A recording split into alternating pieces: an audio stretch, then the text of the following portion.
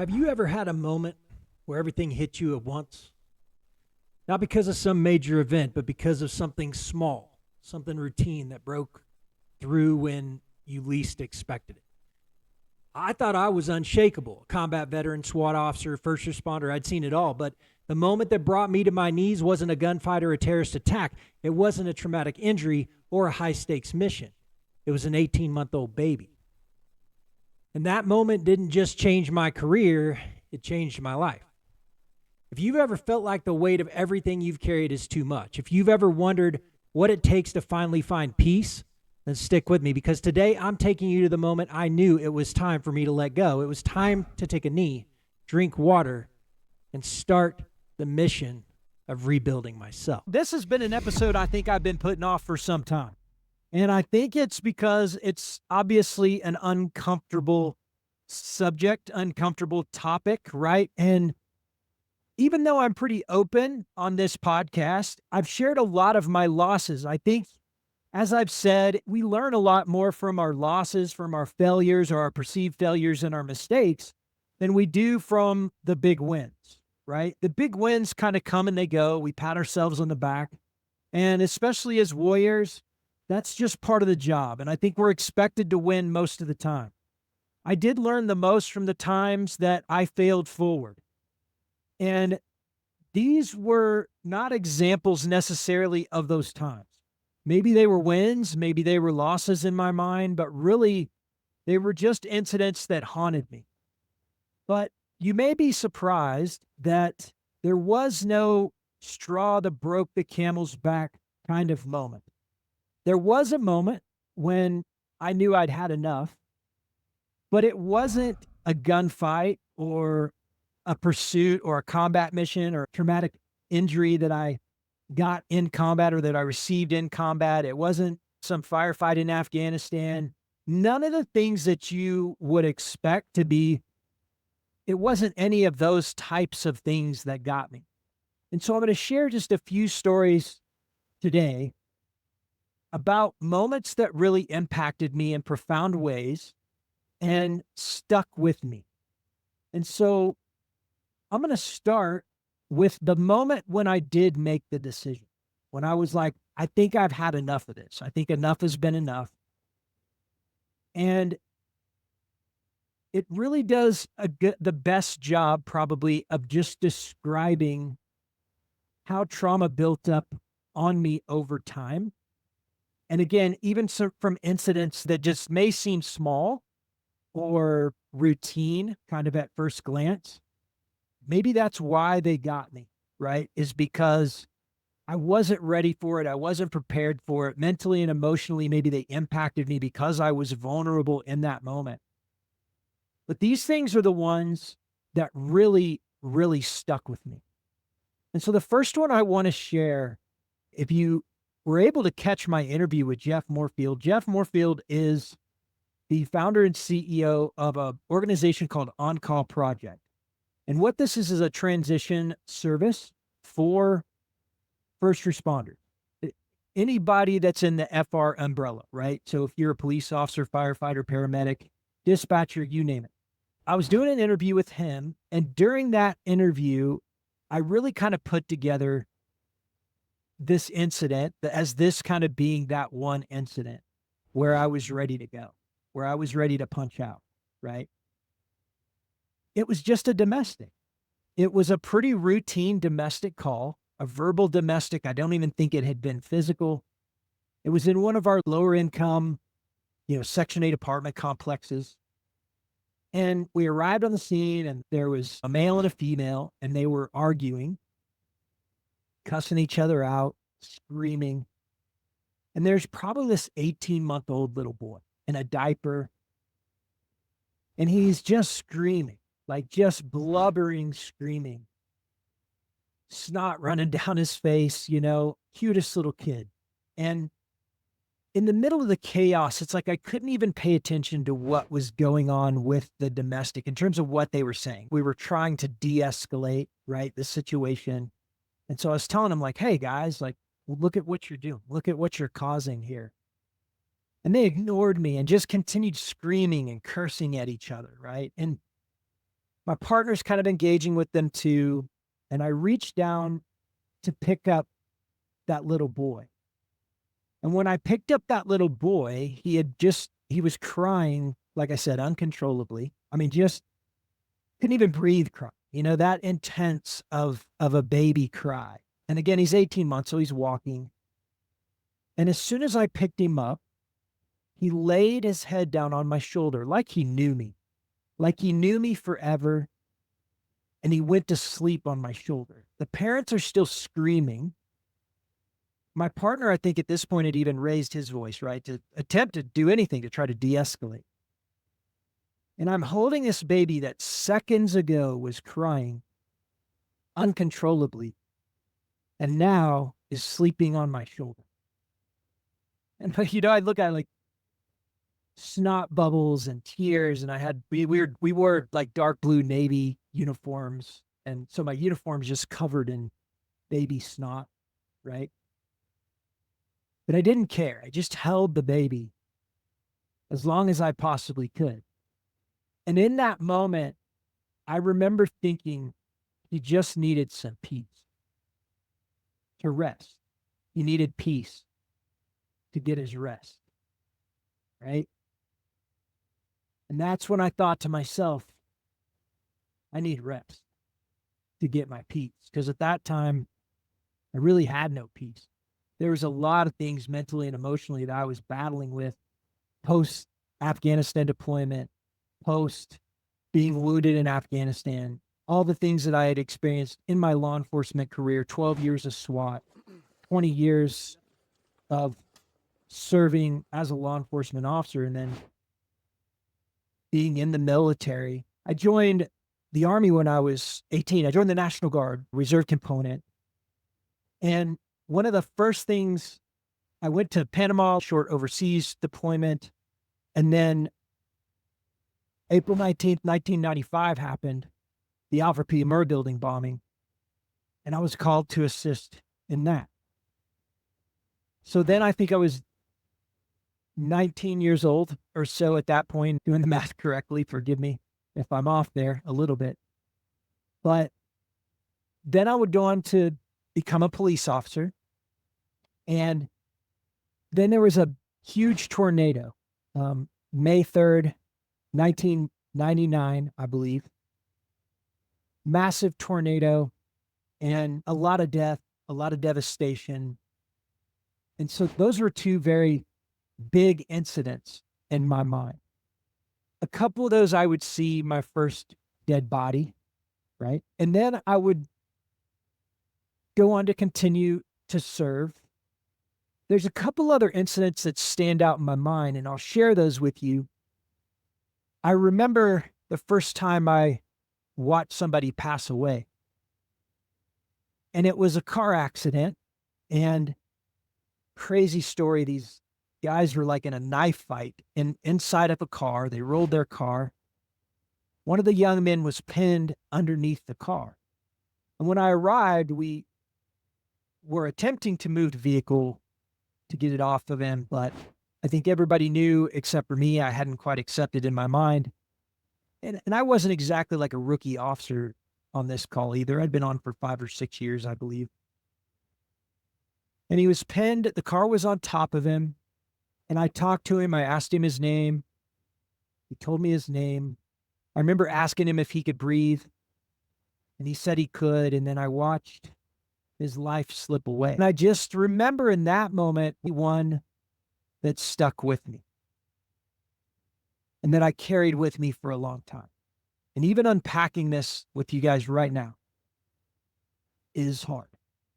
And I'm not sharing a lot of the details, but I want you guys to understand the power of the emotional position that I was in and sort of the stronghold that some of this stuff had over me as I was healing from some of these other traumatic injuries, mental, emotional, spiritual, physical, in most cases.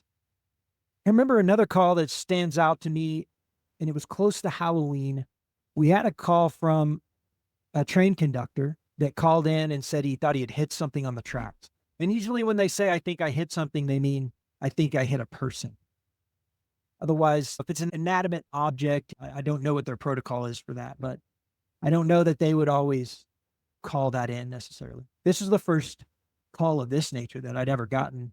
And I think at this point I was maybe 9, 10 years into my career. And what it ended up being was a young woman that had laid down on the train tracks and took her own life by allowing the train to decapitate her. And I think the power of that desperation in that incident, what in the world could be so bad that that's the way you would decide to take your own life? And maybe that's my own personal way of looking at it. Obviously, she was in a lot of pain, right? And I think it was the power of that. And there was a piece of me that understood it, was the scary thing, right? There was a piece of me because of what I had experienced that understood that. I went home that night or that day. I think that was actually on a night shift, but I went home that day and I just went about my business, took my kids to school, did my normal routine, hung out with my girlfriend. Like, there wasn't anything different necessarily about my day, but I definitely didn't take time to process it. And it stayed with me. And so you look at all these things like the tornado, the Alfred P. Murrah building bombing, and the emotional toll, number one, of responding to some of these large scale disasters, but then even these smaller incidents that just chipped away at my mental armor. It just took a little piece at a time, enough to where I never noticed how much it was taking, because I guess it was kind of the boiling frog type of mentality, right? If you put a frog in water and you slowly bring the water to boiling point, it'll just boil to death. But if you take already boiling water, you throw the frog in it, the frog will jump out. I was definitely that frog that was slowly being brought to boiling. And there was this lingering sense of vulnerability that started to enter into my mind and into my existence. And I never realized it until the incident with the baby. That one was different. This seemingly smaller incident was the moment that broke through for me. And it was because that baby responded to peace, and I just realized I needed peace. It was this mental and emotional exhaustion that had built over time. I was the crying baby, right? And I had to find that shoulder to lay on. What was that? I didn't know. I just knew that it was time. It was time for me to do something else, because I had finally recognized that I was in the boiling point. And that was my take a knee moment. That was my take a knee moment when I changed my perspective and started considering retirement from the only identity that I'd known for 20 plus years. So that identity was gone. And now I'm having to say goodbye, or wanting to say goodbye, to my identity in law enforcement. I'm saying identity because that's the way it's perceived when you're in it. Now, look, I'm here to tell you that it's not. It's not who you are. It's what you did. It's a big part of your life. It's a big part of what shaped you to be who you are. But it is not who you are. You have skills. You have talents. You have things that make you valuable beyond being in law enforcement, being a firefighter, being a soldier, an airman, in any capacity serving in the armed services. You have an identity beyond that. You have gifts that can serve beyond public service.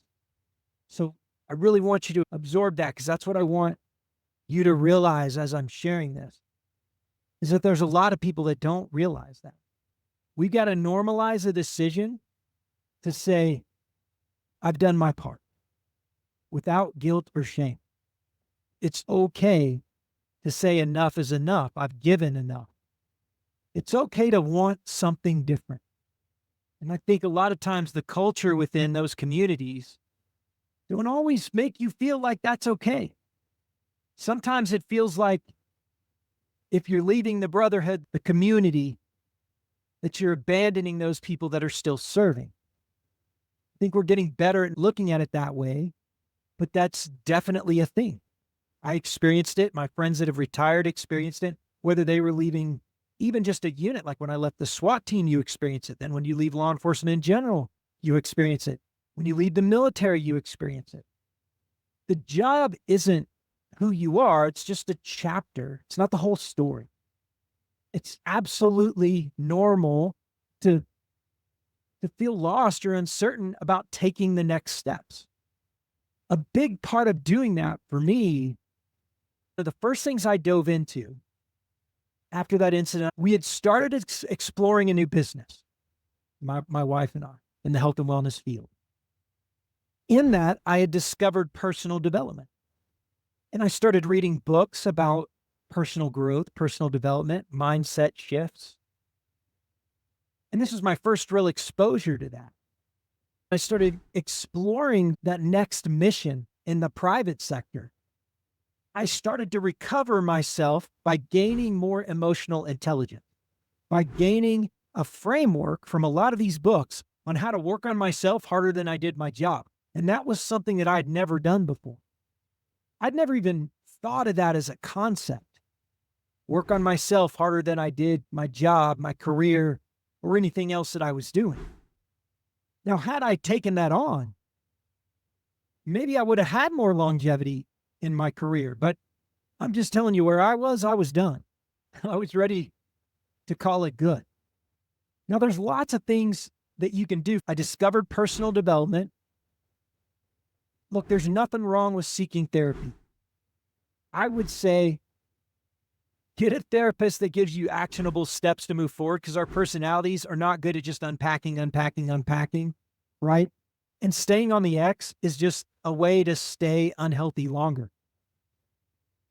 But therapy is definitely something that I think we should normalize. Journaling is another way. And as I look back, I wish I would have journaled some of those experiences so that I could process those experiences. The other thing I had never discovered really before was, and I had coaches, I had sort of mentors within my career, but I never looked at them outside of that circle, right? So seek out coaches and mentors in the direction that you want to go. And this is going to help rewire your mind for the next phase. So if you want to move into entrepreneurship or a trade or whatever it is that you want to go into, don't necessarily focus on education. I would say focus on self-education, but seek out coaching and mentorship in that field. I told you guys my take a knee moment was when I realized I needed peace. When I held that crying baby and the baby found peace, the baby was able to go to sleep. I was like, man, this is what I need. Right? So I had to give myself permission to rest, to recalibrate, and then use that moment of peace that you've given yourself permission for as a signal to recharge and refocus. And then you're going to reshoot your azimuth. This is a term that we use in Rewired experience to say you're going to determine a new direction, right? After you've regained perspective. You can start to redefine new goals like I did in entrepreneurship, but it's super important that you connect that new direction to a why. And this is something that we do in reshooting our azimuth in the Rewired experience framework. You redefine your goals, you find that new why, and that keeps you connected to the new direction, right? It gives you purpose and moving forward. You can let go of your past without losing the lessons that you learned along the way. And that's something that's real important for you to realize when you're reshooting your azimuth, when you're determining that new direction that you're going to go. And then all you got to do is do what you've always done. As a first responder, as a military service member, in service to your country, your state, your city, what you've always done is Charlie Mike. You continue the mission. Once you've redetermined your direction, you've connected it to a why, a reason to chase that dream, a reason to pursue that goal. And then you just apply the same discipline that you've applied your entire career to learning, training, and being relentless in your pursuit of greatness. Apply the self-discipline that you've learned, that I know those organizations and the structures within those organizations have taught you. Your experiences, whether you know it or not, have prepared you for incredible opportunities outside of the uniform. I'm going to wrap it up there. You were born for more. All you got to do is take a knee, drink water, reshoot your azimuth, and Charlie Mike. If you're listening to this right now and you're at that crossroads, maybe you've had enough, or maybe you're just starting to feel that weight building. I want you to know that it's okay to step back and say, I'm ready for something new. It doesn't make you weak. It doesn't mean you've failed. It means you've given everything you had, and now it's time to give something back to yourself. You're not alone in this journey. The Rewired experience is here to guide you, to help you rest, recalibrate, and step into your next mission with purpose and clarity. If you're ready to take that first step, visit rewiredexperience.com and download my free ebook, Take a Knee. It's a guide to getting out of the suck and into the next phase of your life. Remember, you've got what it takes to continue the mission, and the best is yet to come.